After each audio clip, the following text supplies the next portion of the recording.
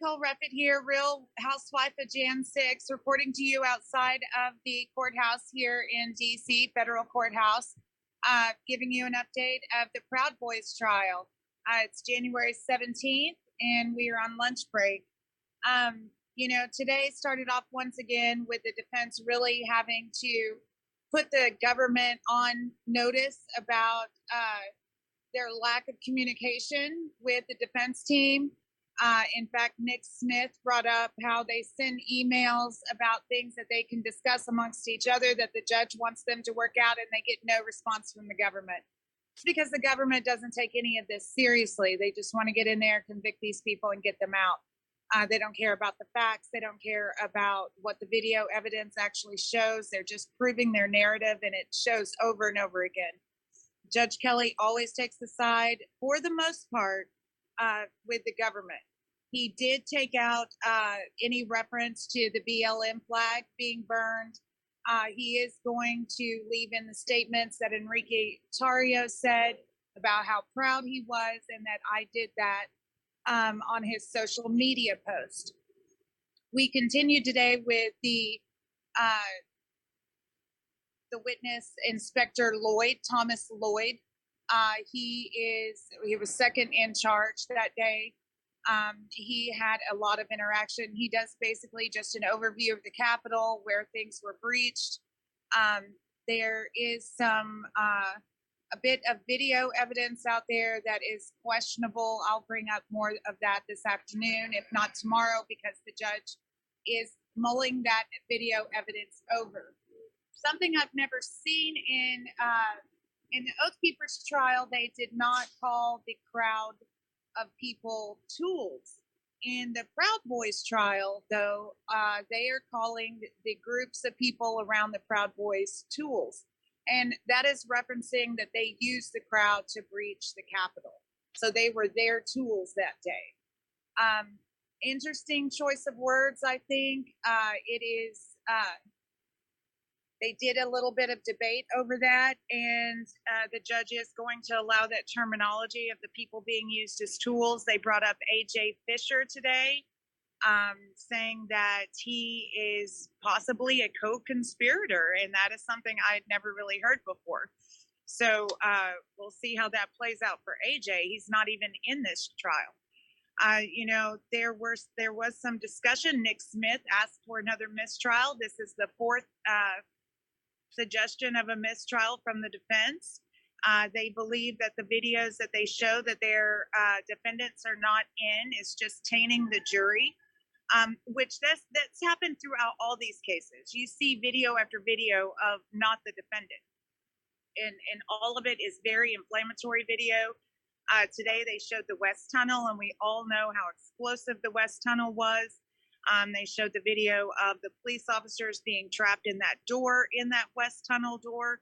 And really none of those Proud Boys were down in that particular area.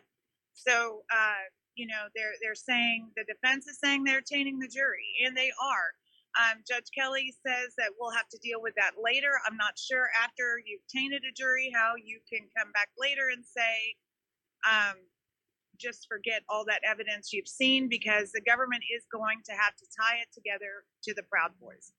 And if they don't, then the judge says he will instruct the jury not to base any of their decisions on that, really inflammatory video. But, how are they going to get that out of their head? The jury is tainted. We are going to go back in. We will finish up cross-examination with Inspector Lloyd and move on to Special Agent Vargas, I believe. But as they are cross-examining, Roger Roots was really able to question Inspector Lloyd about the effects of the gas and the spray. And Roots asked him, can it make you more aggressive? Can it make you disoriented? He asked all of these questions. Inspector Lloyd said yes to all of them about how the gas can make people react. And in fact, he said some of his officers had some of that same reaction. So, this is one of the first times I've even heard this in any of the Jan 6 trials that I've seen. I think it's a really good defense for a lot of the aggravated situations that came about. So I'm anxious to hear more once there is an inspector that should come on that knows all about the gases and the training and all of that. Roger Roots also asked, is it policy for Capitol Police to use show of force, deadly force, if someone is trying to get into any chambers? And they said that is not our training. We do not do that. As we know, Ashley Babbitt was murdered at the Capitol by deadly force, obviously. So, where's the cause for that? And the judge really does not like Roger Roots. He does not. Judge Kelly is very arrogant with Roger. He is very demeaning to him. We all know why that is. We all know that Roger has defeated the deep state twice. And, Judge Kelly is going to try to make Roger Roots in the very, very most bad outlook that he can in front of the jury.